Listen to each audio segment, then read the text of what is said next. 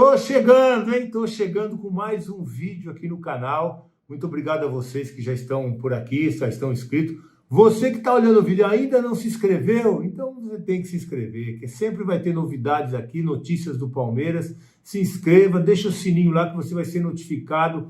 Toda vez que pintar um vídeo novo aqui no canal, você vai ser avisado, tá? Então vem com a gente. Vamos falar um pouquinho então do mercado. Eu prometi para falar com vocês hoje sobre isso. Deu um burburinho o negócio do Nino ontem, então vamos esclarecer qual que é a situação hoje do Nino. Fui atrás de informação e quero passar tudo certinho aqui para vocês, o que está acontecendo com esse jogador, que seria uma boa contratação, ótima contratação, esse jogador que está no Zenit hoje, e o Zenit está fazendo jogo duro, hein? Não quer liberar, jogador importante, titular, o Zenit brigando pelo título russo, né? Está 1 ponto atrás do Krasnodar, 40 pontos tem o Krasnodar, 39 tem o Zenit, faltam 12 rodadas para terminar o campeonato russo, né? E o Zenit está na briga, está no páreo ali, 1 pontinho só, e o Nino é jogador importante, mas seria importante para o Palmeiras também, por isso a investida nesse bom jogador, passagem pelo Fluminense, né? Marcante, campeão lá no Fluminense, e finalmente a gente viu um perfil diferente do Palmeiras nas contratações, né? Jogadores experientes, 28 anos tem o Nino hoje, vai fazer 29, acho que o mês que vem, campeão, e chega, né, com uma condição diferente do que a gente viu na temporada passada, as contratações que chegaram. Meu Deus, né? Mas agora a coisa melhorou, já chegou Arias, já chegou Marlon Freitas, agora o nome, a bola da vez aí é o Nino, que seria uma ótima contratação. Então vamos lá. O que está pegando? O Nino foi contratado pelo Zenit por 5 milhões de euros, tá? E o Palmeiras fez uma proposta de 10 milhões de euros, que tá ok para o Zenit. A proposta tá ok para o Zenit. Só que o Palmeiras quer esse jogador agora, para começar a jogar nesse momento, para se apresentar, integrar o elenco, se adaptar, se conhecer os companheiros e estar à disposição do Abel. E a janela fecha daqui 2 semanas, né? Começo de março agora. Fechou a janela, baixou a porta do mercado, quem comprou, comprou, quem não comprou, quem chegou, chegou, quem não chegou, só depois da Copa do Mundo. Então esse é o problema e o Palmeiras gostaria muito de contar com o jogador nesse momento. Como o Zenit também, qual que é a solução? Qual que é a solução? A mesma de sempre, dinheiro, sempre é isso. Sempre essa é a solução para todos os problemas, né? Então é o seguinte, o Zenit nesse momento está pedindo um bônus, aí uma multa, né? Como queiram, de mais, além dos 10 milhões, mais 5 milhões de euros para liberar o Nino nesse momento. Porque realmente não interessa para o Zenit liberar um jogador que é titular e o time aí brigando para ser campeão. E aí que o negócio deu uma enroscada. A informação que eu tenho é que o Palmeiras chegou a oferecer mais 2 milhões e meio, ou seja, um montante de 12 milhões e meio para a contratação do Nino. E aí o negócio está parado por aí. Agora, eu acho que a gente precisa, vamos avaliar um pouco esse momento aí. O Nino chegaria agora ou o campeonato russo termina dia 17 de maio. 17 de maio, hoje 17 de fevereiro, daqui a 3 meses, 90 dias. Falta para terminar o contrato não, né? Esse período que o Zenit gostaria e quer contar com o Nino lá. Então, nesse período, e claro que depois tem que abrir a janela de novo, o Palmeiras, o Paulistão não dá, né? Não dá para escrever mais o Nino. Mesmo que ele viesse aí semana que vem ou na outra, já não daria mais para contar com o Nino para o Paulistão. O Paulistão já está acabando. Estamos aí nas quartas de final nesse final de semana, no outro semifinal e final. Pronto, acabou. Então não dá para contar com o Nino para o Paulistão. Aí eu fui ver, datas da Copa do Brasil. O Nino perderia chegando, depois da Copa do Mundo, na janela de transferência do meio do ano, ele perderia a 5ª fase da Copa do Brasil. Aí em seguida vem as 8ª de final. O Palmeiras passando então pela 5ª fase, que é a primeira que o Palmeiras disputa, o Palmeiras já entraria nas 8ª de final, e aí, se o Nino chegar na janela do meio do ano, já pode jogar, que vai ser só em agosto. Só em agosto. Então o Nino estaria liberado para jogar. E a Libertadores? A Libertadores é o seguinte. Como o Paulistão já foi, o brasileiro está rolando, mas aí tem muitas rodadas até o fim do ano, né? A Libertadores ele perderia a fase de grupos.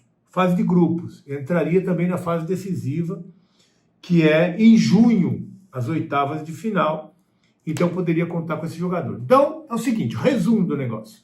Poderia contar com o jogador a partir das oitavas de final da Copa do Brasil e das oitavas de final da Libertadores. Eu acho que é ok. Eu acho que isso não precisa ser um empecilho.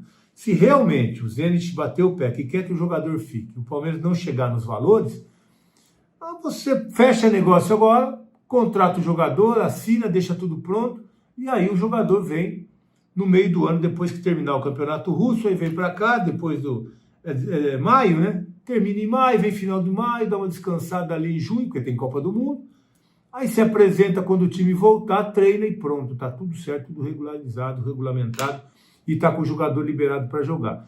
Eu só acho que não pode ser um empecilho essa história de poder contar só com o jogador, porque o Paulistão já foi, onde a fase da temporada vai se afunilar, fase decisiva, que é da Libertadores, da Copa do Brasil, do Brasileirão, vai poder contar com o jogador. Então, eu acho que isso não precisa ser um empecilho para a contratação do Nino, que é um muito bom jogador, hein? 28 anos para 29, vai chegar e ajudar muito o Palmeiras. O outro nome, que saiu aí o burburinho, já saiu, o Palmeiras, inclusive, esteve muito próximo de trazer o Danilo, lá do Botafogo, aquele período que estava sem receber direito de imagem, fundo de garantia, o Palmeiras estava muito próximo de trazer de volta. E aí não aconteceu. Mas agora, o Botafogo foi desclassificado lá do Campeonato Carioca e a gente sabe que não vive bons momentos financeiros lá o Botafogo, está com dificuldade mesmo financeira. E o Danilo está muito interessado em voltar para o Palmeiras. E sem dúvida nenhuma, para mim, essa contratação do Danilo seria mais importante até do que trazer o Nino nesse momento, ou mesmo no meio do ano. Se fosse para escolher uma das duas, qual que você prefere? Vou trazer um só, Danilo. Danilo, por quê? Porque acrescenta muito. Aliás, é artilheiro do brasileiro, né? Um dos artilheiros do Brasileirão. Danilo joga muito, vai fazer com que o Andréas possa ser aproveitado mais à frente, vai jogar do lado do Marlon Freitas, sem dúvida um jogador que vai acrescentar muito se o Palmeiras conseguir essa contratação. O Palmeiras realmente, graças a Deus, a gente está vendo que mudou o perfil, jogadores consagrados, campeões que estão chegando para essa janela e muito importante, jogadores de peso que chegam para jogar. Chega para jogar, não vai chegar para se adaptar, aposta, para ver se vende depois, não. Jogador que vem para ser campeão, era disso que o Palmeiras precisava pensar e trazer esses jogadores. E realmente ainda está pouco, hein? Com a saída do Bruno Rodrigues aí, saíram 6 jogadores e até agora só chegaram Marlon Freitas e o Arias. Então tem espaço para trazer mais jogador, tem espaço no elenco, o elenco precisa de mais opções para o Abel, para que essa temporada que vai ser dura, longa, o Palmeiras possa ter um elenco à altura. Então são nomes importantes e o Danilo, o Palmeiras tem que insistir. O Danilo tem o desejo sim de voltar para o Palmeiras, isso é muito importante hoje em dia, né? O atleta querer sair e o Palmeiras precisa fazer um esforço até maior para trazer o Danilo. E esse sim a gente já conhece, né? Esse é cria da academia, só dá a camisa e sabe que ele vai jogar e vai fazê-lo muito bem, vai representar, né? Esse aí a gente sabe todo o histórico dele dentro do Palmeiras, tá bom? Vamos falar um pouquinho dessa semana importante, Palmeiras classificado, Corinthians classificado, São Paulo classificado, Santos classificado, os grandes chegaram. Começo do campeonato meio complicado, meio ruim, né? Os pequenos até tiveram, né? Uma preparação melhor que o Palmeiras, que o São Paulo, que o Corinthians, enfim. Mas nesse momento aqui, depois de um mês de temporada, aí os grandes já começam a dar sinais que a condição física melhorou, o entrosamento melhorou, os reforços começaram a chegar e aí o futebol volta ao normal, né? A normalidade volta ao futebol e está reinando hoje. Embora o Novo Horizontino tenha feito a melhor campanha. Mas acho que essa campanha não vai se sustentar nessa fase agora de mata-mata, porque os grandes realmente estão numa condição melhor. Vamos só falar um pouquinho daquela brincadeira lá de adivinhar. Não tá rolando, hein? Mas tá melhorando, estamos evoluindo também. Estamos evoluindo, tá? Aquela primeira rodada do Brasileirão lá que nós fizemos essa brincadeira aí foi meio ruim, mas agora, Paulistão, última rodada da primeira fase, acerto de 50%. Sabe o que está atrapalhando também? É verdade. Os times ficam poupando jogador, os times ficam tirando jogador, fica aquele negócio da gente não entender muito bem as escalações, aí atrapalha o prognóstico, é claro, né? Mas a gente vai fazer uma aí para o próximo final de semana, deixa mais para frente, né? Mas aqui, nessa última rodada aí, teve acerto de 50%, ó. O Botafogo perdeu em casa, me complicou, né? Aí o Primavera e Noroeste, bingo, acertamos, empate, deu certinho. O Mirassol perdeu para a Portuguesa, desde o ano passado o Mirassol não perdia em casa. Aí resolveu perder agora, errei. Palmeiras e Guarani. Palmeiras também, achei que ia atropelar o Guarani. O Guarani ainda brigava pela classificação, né? Achei que ia atropelar. Aí entra um time misto, o Palmeiras empatou. Mas era para ter ganho, né? Era para ter ganho, o Palmeiras jogou bem, não conseguiu ganhar. Ponte Preta e São Paulo, bingo, acertamos. Acertamos mais um aí. Bragantino e Novo Horizontino, ponto pra gente. Acertamos também, Bragantino ganhou. Aí Santos e Vela, 6-0, hein? Esse aí, fácil para nós também, né? Acertamos. Aí o jogo do Corinthians, deu Corinthians, eu fui no São Bernardo. Errei também. Achei que o Corinthians ia com o time todo mudado lá, ia poder se complicar, mas não, o Corinthians ganhou. Então acertei aqui Noroeste, acertei São Paulo, acertei Bragantino e acertei Santos. 50% de acerto. Estamos melhorando, hein? Prometo melhorar, tá bom?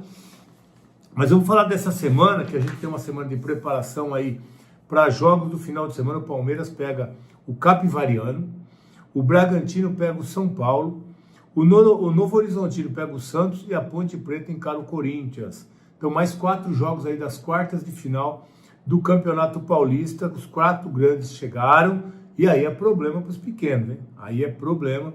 Embora o Novo Horizontino tenha feito a melhor campanha, o Palmeiras em segundo, né, o Bragantino em terceiro, mas os grandes chegaram e aí é problema. Acho que vai dar os grandes na próxima fase aí, num cruzamento das semifinais. Vamos ver o que vai acontecer. Pode dar Palmeiras e São Paulo, Santos e Corinthians. Vamos aguardar aí para ver se confirma essa semifinal e depois a gente fala sobre isso.